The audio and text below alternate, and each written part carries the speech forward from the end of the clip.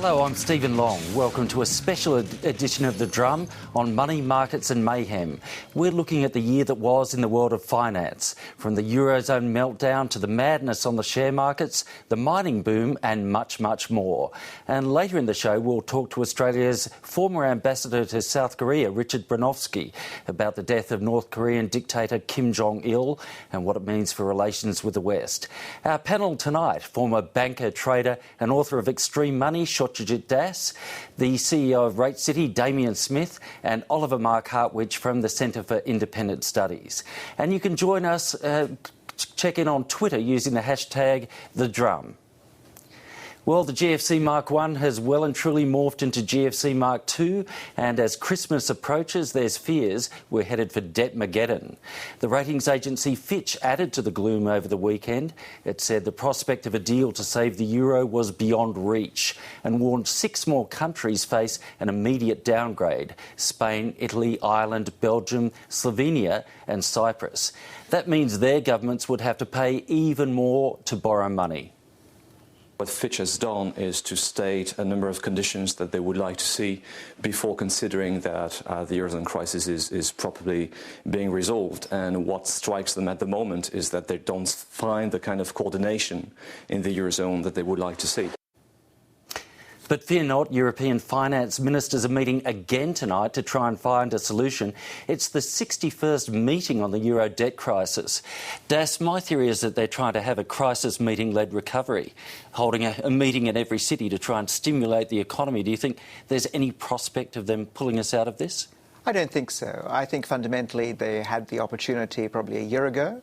They've missed the boat. And the fact of the matter is there's just not enough money, because you'd need $2.5 to $3 trillion on the table. And that would basically be impossible for France and for Germany, which are the core countries, basically, which would have to come up with the money. They can't do that. You've got very close contacts in Europe. What information are you getting? What intelligence are you getting about where this heads in the near term? There have been reports that Greece is on the precipice of default, and we could actually see over the Christmas period or in January this really go into meltdown. Well, I think you've got to look at 3 or 4 things. One is the ratings that you've been talking about. The second is the debt maturities coming up. Particularly Italy has a lot of debt to roll over in the first quarter next year. That'll be a pressure point. Then there'll be real economy numbers coming out, which will be dreadful because we know Europe's slowing down. And all these bailout countries like Ireland will miss their targets and there'll be problems. And you're absolutely correct. The negotiations with Greece about the last bailout, which was agreed in July, are now very close to breakdown because the banks won't agree to the write-down. So all of those factors are sort of like the landmines that we've got to get through. That's a pretty gloomy prognosis. I saw you nodding in seeming agreement, Oliver Marc Hartwich. Are you as negative?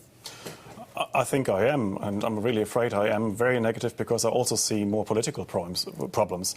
Because we shouldn't forget that next year we have 2 crucial elections. We have one election in Greece, and as it looks now, judging by recent opinion polling data, the PASOK party, the formerly ruling PASOK party, is reduced to maybe just 15%. The Nea Demokratia party, that's the main conservative opposition party, is at 25%. And so it's quite likely that in a new Greek parliament to be elected sometime in February will have a majority against any further reforms, any austerity measures, which would only leave one way for Greece, and that's to default and probably to leave the euro. Damian Smith, are you as gloomy, or do you see some light on the horizon in Europe? I'm a little more optimistic, but, you know, I still come back to a fundamental point that some of what was happening in the markets today was driven by ratings agencies who have missed the boat so badly in the lead up to 2008 that are now almost certainly overcompensating for a track record of doing things like saying Fannie Mae was fine.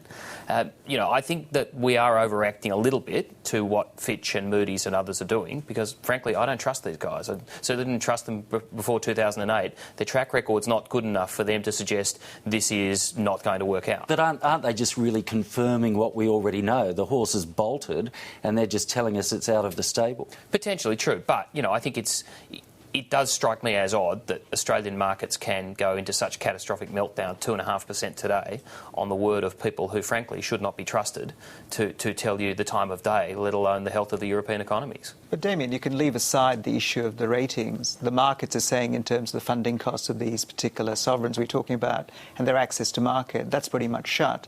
And I think whether or not Australia's overreacting is a different issue, but the knock-on effects on what has been our saviour, which is the emerging nations of China and India. We're seeing some very, very poor signs in China. We're seeing some very, very poor signs in India. And people are starting to focus on that. So to some extent, we're playing a little bit of catch-up because we've been living in sort of a Panglossian world for a little bit of time where everything was fine. Now we're catching up, don't you think? Yeah, but I guess my take on it, though, is, to your earlier point, there is enough money in Europe. I mean, there is certainly enough money in Europe to find its way out of this. What, to Oliver's point, is there is a lack of political will for quite obvious reasons. But last time I checked, there was more than enough of a savings pool in Europe to actually find its way out of this mess. What's lacking is a willingness to actually use that vast savings pool to do anything. Have you got a solution? Has anyone got a solution, Oliver? Can you see a way through? No. I mean, what we have basically witnessed over the past 2 years is an ongoing soap opera. Every day there is a new scheme, a new solution, a new European Financial Stability Facility, a new European Stability Mechanism, and all these nice acronyms that the Europeans are piling up on top of one another. And yet they are not getting anywhere nearer to a solution because in the end the problem is political. Do the Europeans really want debt pooling or not? And the signs you're getting out of Europe is that there is less and less European unity. You can now see the French arguing with the British over who's the better economy and who's going to be downgraded next. You can see that the likely next president of France, François Hollande, is already talking about renegotiating the deal that they just struck about a week ago. So there is no political unity at all, and without political will, you can't mobilise the funds that are needed. Well, before everyone gets completely depressed, I think we should move to a slightly lighter take on this. The comedians John Clark and Brian Dorr have had a few insights into the debt crisis. Here's their take on the role of central bankers and their efforts to save the world from the ABC's 7:30 program a couple of months back. Right, there's a lot of uncertainty in world economics, isn't there? There is a great deal of uncertainty and a lack of confidence. Yeah, and there's a lot of talk of quantitative easing. Quantitative easing, that's a term we hear all the time. That's a term you hear a lot at the moment, yes. Yeah, what exactly is quantitative easing? Well, I can answer this because actually we're advising a couple of governments about this right at the moment. And what are you saying to them? Well, perhaps I should just take you through what we're telling them to do. Yeah, sure. I mean, I won't go into a lot of detail, that'll be indiscreet, but this will give you an idea of how quantitative easing works. Yep. Take printer out of box and place on table with the out tray facing the window. The out tray facing the window. That's right. Load paper into the paper receptacle and place currency on glass tray F. Right. Check alignment by printing out a test page. Right. Go into copy settings and select double-sided and the number of copies you require. How many would you suggest? In the case of one of our clients, it's 80 billion. 120 billion in the case of another client, and one client wants 1 trillion of these things. Can you get printers to do that? No, you can't. You're going to need a bank of them. I mean, it's a multi-printer big job. ones, yeah, big industrial strength. Yeah. Big like a Bofors gun, all facing the window. Yeah. Once you've ascertained that you have the alignment correct, you alert the banking sector, open the window and press copy. And stand well back. Yes, you've got to stand well back because they can create a bit of a vacuum while reaching cruising height. Whereabouts? In the super fund industry very often. And you'd have to consider the wind direction too, you don't want to be doing this upwind. No, because you'd get covered in pretend money, couldn't you? Covered in what? Pretend money. No, this is not pretend money. This is real currency we're creating. But aren't you just printing it off? I mean, these are photocopies, aren't they? Excuse me. Dave, this is not going to work. Because I've just explained it to a bloke and he saw through it straight away. Are you in banking? No. No, he's not even in the banking racket. OK, I'll try that. Try what? Have you ever heard of Rumpelstiltskin? No. Good. Now we're getting somewhere. Pull up a chair. I'll tell you a tale. Satyajit says it so well. Europe wasn't the only continent with a debt problem this year. America was also drowning in the stuff. Barack Obama spent a large chunk of 2011 trying to persuade a hostile Congress to raise the debt ceiling or risk the nation defaulting. It culminated in a showdown between the president and the Republicans in July. The American people may have voted for divided government, but they didn't vote for a dysfunctional government. So I'm asking you all to make your voice heard. If you want a balanced approach to reducing the deficit, let your member of Congress know. If you believe we can solve this problem through compromise, send that message. The entire world is watching. So let's seize this moment to show why the United States of America is still the greatest nation on earth.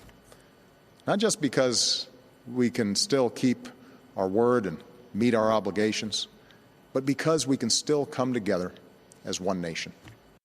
And the sad truth is that the president wanted a blank check 6 months ago, and he wants a blank check today. This is just not going to happen. You see, there's no stalemate here in Congress. The House passed a bill to raise the debt limit with bipartisan support. And this week, while the Senate is struggling to pass a bill filled with phony accounting and Washington gimmicks, we're going to pass another bill, one that was developed with the support of the bipartisan leadership of the U.S. Senate. Obviously, I expect that bill can and will pass the Senate and be sent to the President for a signature. And if the President signs it, the crisis atmosphere that he has created will simply disappear.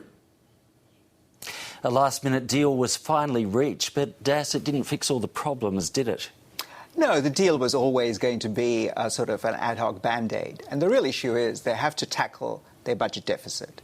But basically there's no will to do that, and there's a political problem in that, because the three major items, which is entitlement expenditure, which is things like Social Security, Medicare, defence, and interest on their debt, which is a substantial part of their spending, is off balance, off touch. They're not going to balance the budget unless they touch those things. And they're not going to do that. And all we're now going to get is basically this mandatory $1.2 trillion of cuts over 10 years, starting in 2013, which is what the focus is. And that's not going to be enough. But in the meantime, the US is actually systematically destabilizing the rest of the world by basically continuing to print money and try to keep the dollar cheaper. And this is what the Europeans are going to get caught in, because the Europeans want a cheaper euro, the Americans want a cheaper US dollar, the Japanese want a cheaper yen. It's not going to work. But it's now the time to be looking to balance the budget in the US.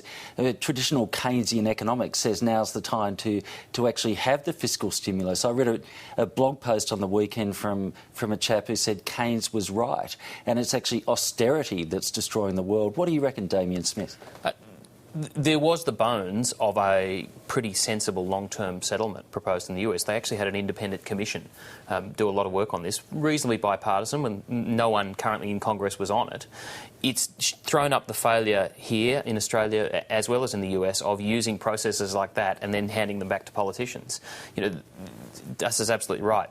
A long-term approach to social security, a long-term approach to defence, and frankly, a long-term approach to tax reform to actually reverse some of the tax cuts of the last 10 years. You're not communist, are you? No, I'm not communist, but I actually think, you know, when you look at what's caused the deficit in the US, the tax cuts of the last 10 years are one of the things that just jumps out in your face as one of the big causes. Now, there was a process to deal with that, but as soon as that process went inside the halls of Congress, it was blown up.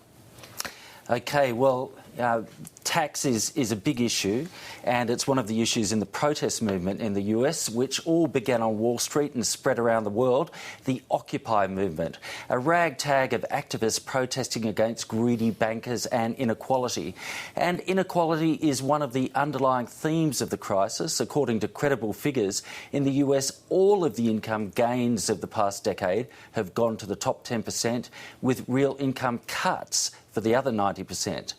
Oliver, you wouldn't have much sympathy for those lefty activists, would you? Those bloody commies? May I surprise you? I do have some sympathy for them, because I think there is a difference. Somebody making a hell of a lot of money in the markets, producing goods and services that people want. I'm thinking of the people like John Rockefeller or the Albrecht brothers who founded Aldi. Bill Gates? Bill Gates, good case.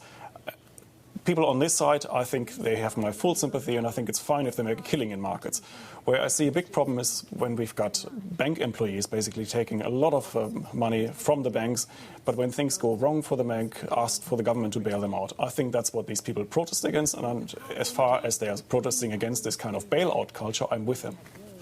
And because the situation with the banks is quite interesting, because they were massively bailed out by government, but everyone I talk to in the banking sector in the US just seems to have this sense of entitlement. And in fact, they complain vociferously about the US government. And you ask them, really, what's the US government done to rein you in?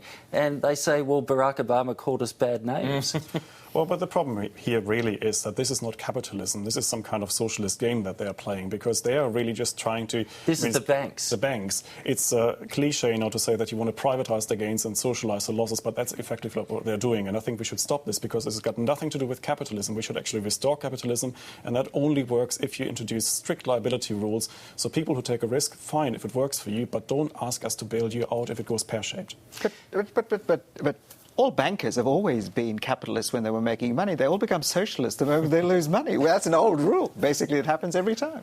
It may happen every time, but it's then for governments to say no to that. But they've gone the other way with the too big to fail, because they've now allowed these institutions to become and so I would big. say that if you're too big to fail, you're simply too big. What about broader income inequality, though? We've got a situation in the US. So there are stark statistics that all of the income gains over a decade have gone to the top 10%, none to the bottom 90%. And in Australia it's not as bad, but we've still seen huge salary growth at the top, largely driven by banking. Is there actually an issue in economic terms, in terms of social cohesion, with society becoming less equal? Damian? Yeah, absolutely. I mean, am I a communist? No. I just believe that Warren Buffett's right on this. I just believe that when someone like Warren Buffett says, actually, this is an economic problem and a social problem, that I'm paying a lower tax rate than the person who cleans my house, I think he's absolutely right. And we are actually reaching a point, particularly in the US, but less so in Australia. And I think, I'll defer to your expertise on superannuation, but I do think that compulsory superannuation over a long period of time is one of the means to actually reduce that inequality in Australia. But it is a problem, and unless we do something about tax rates at the top, we're actually not going to be able to address this. I think the interesting thing there is the problem of income inequality is also related to the problem of debt, because the democratisation of credit in some way was, particularly in the United States, used to cover up the inequality of income. And so the two problems are not actually inseparable. And I think one of the things that people have forgotten is you've got to deal with the inequality problem among other problems rather than just deal with the debt on its own. And nobody seems to be addressing it. Just very, very briefly, do you see inequality as a problem? I think inequality is less of a problem really in Australia, because we shouldn't just compare ourselves to the Americans. I think by and large Australia is still doing well on that front. Well, we are doing well, and as the rest of the world languished, the Australian economy has certainly kept growing. GDP increased by 1% in the September quarter, putting us in fourth spot out of the industrialised nations. And a lot of that growth is being fuelled by the thriving resources sector.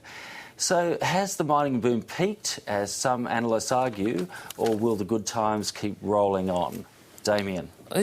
Interesting stat I saw today. Australians believe that whatever is going on, it's actually entirely the responsibility of the minerals boom. There was an Essential poll today, and well under 40% of Australians put any credit for the current state of the Australian economy on either the current government or the previous coalition government. In other words, Australians don't think the government's got anything to do with it. They think it's all the mining companies. Now, I promise you, if the reverse were true, and we were in the situation that the US economy was in, or even our comrades across the Tasman in New Zealand, I think they'd be saying the opposite. I think they would be blaming government. So I'm not convinced that what's going on in Australia is entirely the result of a short-term mining boom. I think we've actually had 30 years, 25 years of relatively sensible centrist policy in this country. It's actually set us up pretty well. I think we do deserve a little more of a pat on the back for sensible policies compared to the rest of the world.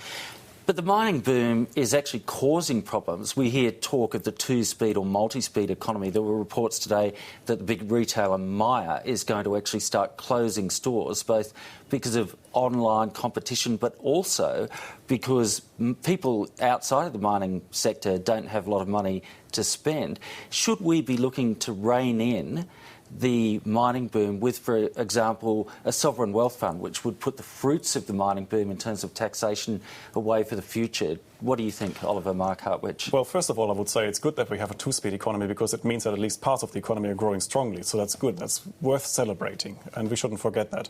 When you're talking about the sovereign wealth fund, I mean, the idea of a sovereign wealth fund is usually to use a budget surplus and put it away for a bad day in the future.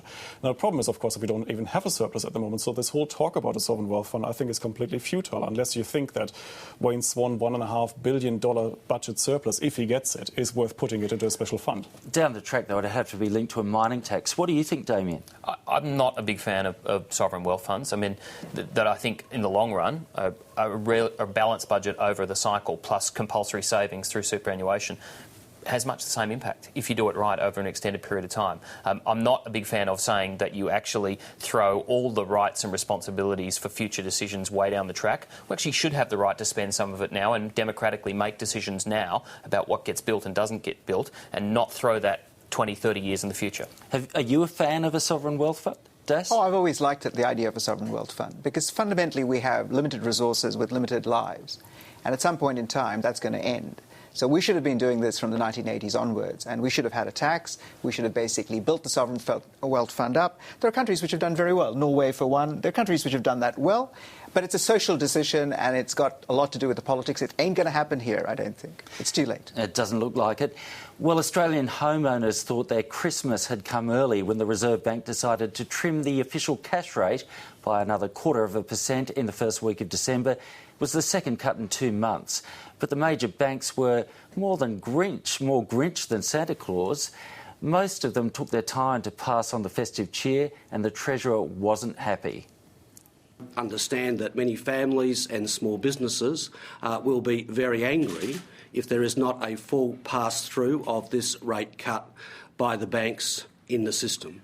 I believe that banks should pass this rate cut through in full.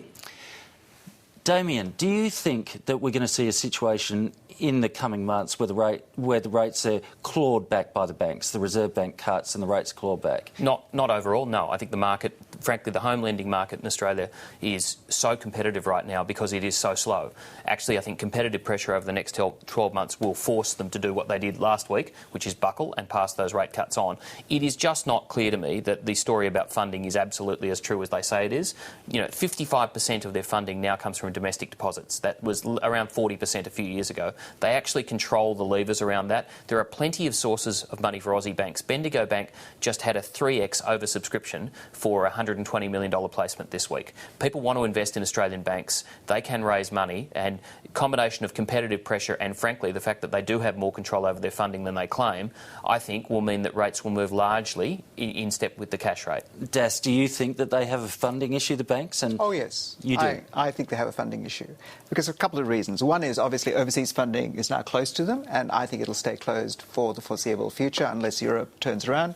The second issue is the domestic market. They're going to have to raise term funds because of the bank's liquidity controls, which APRA has accelerated. So under those circumstances, they have to raise more deposits, more sticky deposits, and they're going to have a bidding war for the deposits and push up the rates. So their funding cost will be under pressure. And the markets are shut down for some sources of debt for the banks, and they've still got to get, 40% overseas. Exactly. For that reason, I think it is wrong for politicians to comment on that. I would actually hope that we get to a situation one day where politicians like Wayne Swan do not comment on every single issue in the lending market, because I think that's something that the market should sort out themselves without politicians instructing the banks what to do. And apart from that, I think it is quite reasonable that banks are actually trying to build up some capital buffers now for the downturn that we are all expecting in Europe. That is fair enough, but you look at the profits of the Australian banks and they're huge, both in dollar terms, but also on the return on equity, what the shareholders get. It's massive compared to banks overseas. Doesn't that fit with your thesis that they're essentially parasitic? No, but as long as banks use all these extra profits to build up the buffers for the time when Europe actually tanks, and I think it's quite likely, and we're all expecting that now,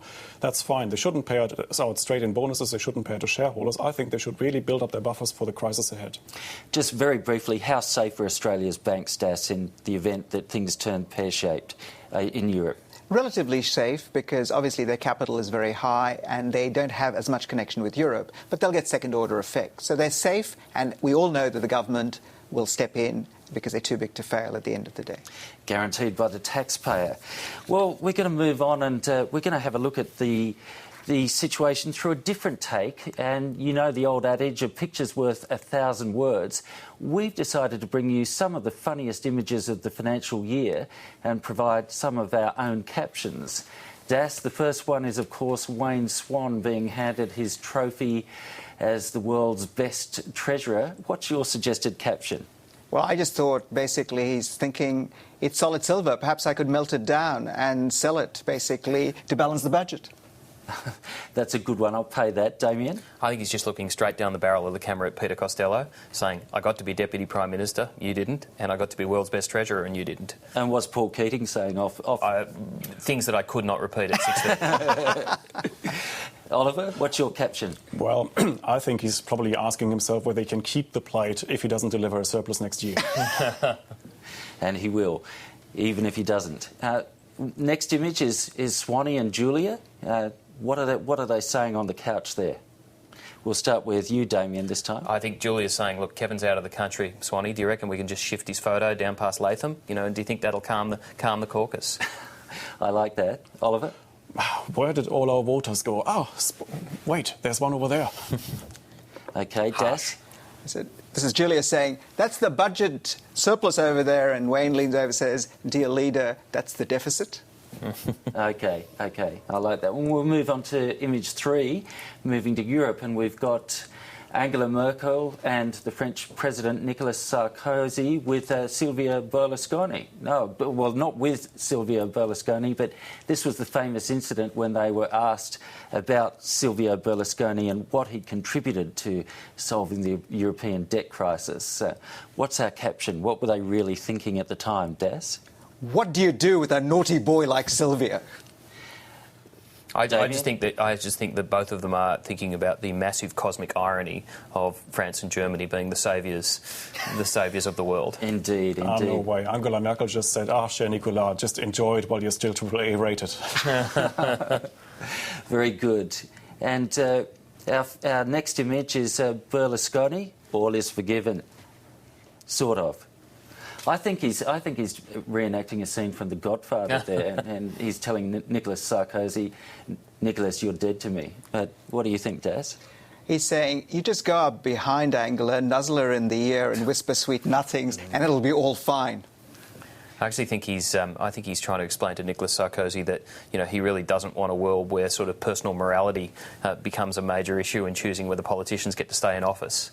I think that's a fair take, given what's happened in Europe. Oliver? Well, I think he probably tells them that, don't worry about it, she loves you, but she's too shy to admit it. OK. Now, our next image, we've got Merkel, Sarkozy and Super Mario Draghi.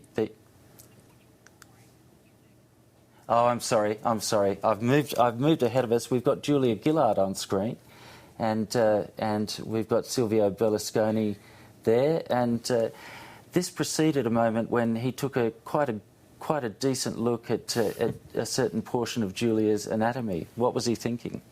I couldn't even bring myself to say that at 6:30 in the evening.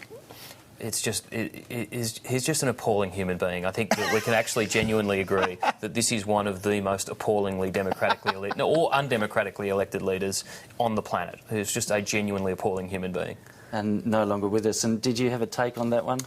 Well, he's probably thinking that some people in Australia would probably also like to see the back of her. Ooh. Very harsh. OK, our next image is Angela Merkel, Nicolas Sarkozy and Super Mario Draghi, the new Italian leader, together. What are they saying? We'll start with you, Oliver. I think he's probably saying, Angela, you have to make a better face now because markets are opening in 10 minutes. Damian? I just think Nicolas Sarkozy is sitting there thinking, OK, why did I choose politics? Carla Bruni is off right now, hobnobbing with Woody Allen and Adrian Brody and filming Midnight in Paris, and I am stuck with these people. Well, I actually think that they were miming there, and that what Angela Merkel had to mime was hyperinflation. That was her word, hence the blown-up mouth. So, well, quite a lot of images, and our next image, this is interesting. We have Angela Merkel with the British Prime Minister David Cameron. And very interesting, she's checking out the inside of his suit. What's she thinking, Das? David Cameron's just saying, look, I'm skint. You can search me, frisk me if you want to. I haven't got any more money. There's no euros hidden in this lining. Damien? I think he's explaining to her that it wasn't actually made in Savile Row and that, like everyone else, he gets his stuff made in Vietnam. Indeed, globalisation. And what do you think, Oliver? What's going on? Yeah, I think Angela Merkel asked him for money. He's showing he doesn't have any, and she just says, I know that you Brits never signed up for the euro.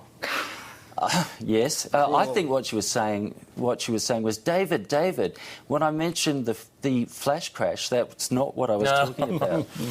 So, and we're on to the next picture. Here we have the German Finance Minister, Herr Schäuble, being escorted up a stairway. And what's going on? We'll turn to our German on the panel. He might have some insights.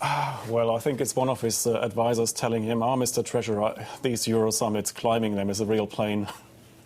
Very good. Damien? Oh, look, I have to go for the obvious gag here. I mean, I think he's basically thinking to himself, yeah, maybe the whole Strangelove stunt probably wasn't something I should have done. Ooh. Obvious sight gag, but... Oh, well, I thought he was saying all these summits are uphill. It's all uphill from here. At least the Germans don't get pushed around usually. Indeed, indeed. Well, that was interesting. Now for another take on it all, this time in song and verse. Apologies to Terry Kirkman, who wrote the original 60s hit Cherish.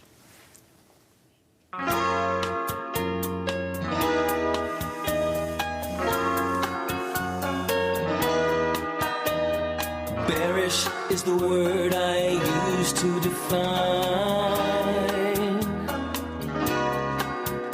all the feeling I've incurred from each economic sign. The massive liquid asset overvaluation, the chance that the sycophants finance us to stagflation, the hit from the deficit that's ticking decimation to this nation. I'm so bearish, you could call me boo-boo or poo. Boo-boo or poo indeed. Credit or blame for the parody lyrics goes to Marcy Schaefer and the Versus Plus team from the US. You can search for them online. Coming up on the drum, the death of North Korea's dear leader, Kim Jong-il. What does it mean for the communist state's future relations with the West? We'll talk to Australia's former ambassador to South Korea, Richard Broinowski.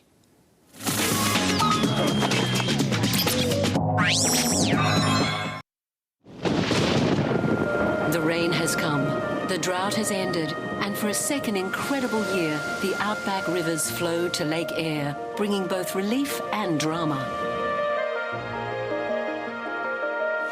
See nature's work on a grand scale as Australia's wildlife gathers to celebrate the desert coming back to life. Return to Lake Eyre, The Deluge, Sunday night on ABC News 24.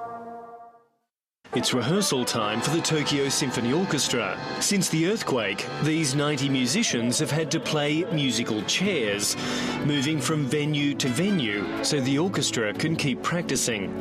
It was very lucky that no one was killed here on March the 11th. In fact, a pipe organist was practicing the very moment the earthquake struck. She only narrowly avoided being hit as it all came crashing to the floor. There have been incredible scenes here at Government House after yesterday's orders by the Supreme Court to reinstate Sir Michael Somare as PNG's Prime Minister. So PNG remains in a political deadlock. Where it goes from here is anyone's guess. This quadrant, sporting the mark of King Richard II, is stealing the show. It's not all about money, because this is a unique piece with a mysterious Australian connection. Having survived 500 years, its relatively short time in a sack on a Queensland farm is over. Its next destination, likely a museum or wealthy collector. On the Health Quarter, could you have celiac disease and not know it? That's the Health Quarter on ABC News 24.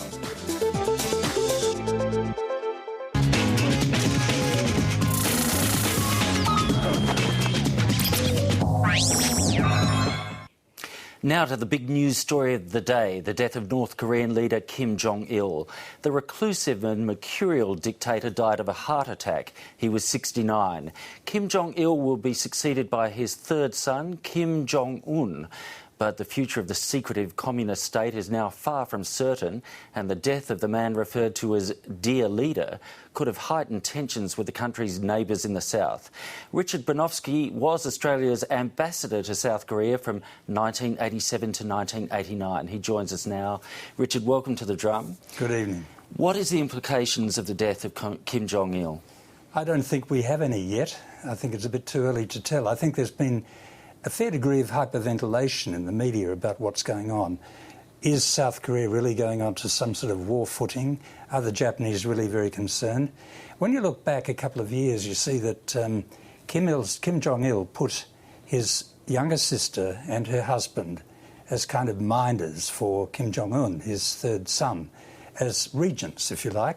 Look at this as a sort of a royal dynasty, and you see that he appointed them to raise this young man and to give him the sort of gravitas he'd need to be the leader of the country, even though it's a tokenism that's involved. And it seems to me that the stability is there, it will continue, the military will hold their positions behind the scene. There'll be gestures and no doubt some sorts of tokens of provocation, but it won't amount to anything. And the last thing the South Koreans want to see, even though they're allegedly going on a war footing, is instability and unpredictability in North Korea. They, like the Germans before the combination of East and West Germany, had a nightmare that they'd have to take over North Korea and all the economic pain and indebtedness that would incur. They would much prefer, when they speak to you frankly, and they don't often, to see the status quo continue. Richard, some of the concern seems to be about the personality of Kim Jong-il's son. What can you tell us about the man? Not very much. It's kind of tabula rasa at this stage. We don't really know. He's a young man. Obviously, he's not dumb, any more than Kim Jong-il. Kim Jong-il was a fairly sharp fellow, I think, in many respects, and he wasn't nearly as self-indulgent and as some of the press and also some of the Western intelligence. Is Kim Jong-un likely to be more militarily aggressive? Or who can say? I don't think so. I think he's going to have a very controlled existence. And how can he be more military? Because his father was a man who was very quick to develop a kind of a war footing if he regarded the provocations from South Korea or Japan or the United States to warrant it. I don't suppose we've got much hope that he's going to have a different attitude to the plight of the people, the poverty, the human rights? No. The country is in poor shape economically. It's blessed or cursed by having bad seasons, inclement weather and so on. What they really want is to have access to international markets. They're not getting them. That's one of the two things they want from Washington. The other is a guarantee that the United States won't bring about regime change in North Korea, whether that can be done through the six-party talks or, much more relevantly, on one-to-one talks between Washington and Pyongyang. But Richard, we one have to wait question. to see. Where's China sit in all of this? Because they would have had something to do with the succession, don't you Absolutely. think? China's the godfather, the main guardian, if you like, of Pyongyang. And they'll continue in that role. The last thing China wants to see is instability on their southeastern frontier, just as they were very keen not to see an end to the Vietnam War because they prefer to have divide and rule on their southeastern flank, so they wanted the same in the northeast too. But China is, I think, if anything, China has a moral obligation towards North Korea, and they'll stick by it. I mean, they didn't lose so many hundreds of thousands of men in the Korean War to mean nothing. They are an ally of Pyongyang. We have to get used to that. Richard, how genuinely dire is it on the ground in North Korea in terms of the poverty? When I was ambassador there, I never got to North Korea. My successor, Sam Gerevich, is jointly accredited from Seoul to Pyongyang, so he goes in there occasionally. I think it's pretty dire, but not as bad as people suggest. I think there's a fair bit of black propaganda sculling around that comes from different Western intelligence sources about really what's going on in North Korea. They have bad seasons, they have good seasons. But I don't think the sort of wide-scale starvation that they talk about, and this is all at the expense of a nuclear program, is really quite valid or very fair. When you look at North Korea today and you compare to, say, East Germany in 1987, both countries looked quite stable. Nobody really expected any big shifts, and yet within 2 years, East Germany collapsed after Moscow basically withdrew support. Is that such a scenario likely that at one stage in the future, Beijing will actually reconsider its position towards Pyongyang? I think that probably East Germany collapsed as much as anything else because of Glasnost and all the things that happened there and the collapse of the Soviet Empire. We don't have the same situation now. North Korea's had to wing it despite the collapse of the Soviet Union, and its only friend is China. I think there's a degree of stability still there that will continue. Richard, I have to ask you quickly. We've had dear leader, great leader. What's this leader going to be known as? Brilliant comrade. Brilliant comrade. I understand. Love it. I love it. Well, that's an interesting title, and that's about all we've got on the show tonight. I would like to thank our brilliant comrades, Damian Smith and Oliver Marc Hartwich, as well as Richard Bronowski, for joining us. You can check out the website at abc.net.au/the drum, and I'll be back with you again tomorrow. See you then.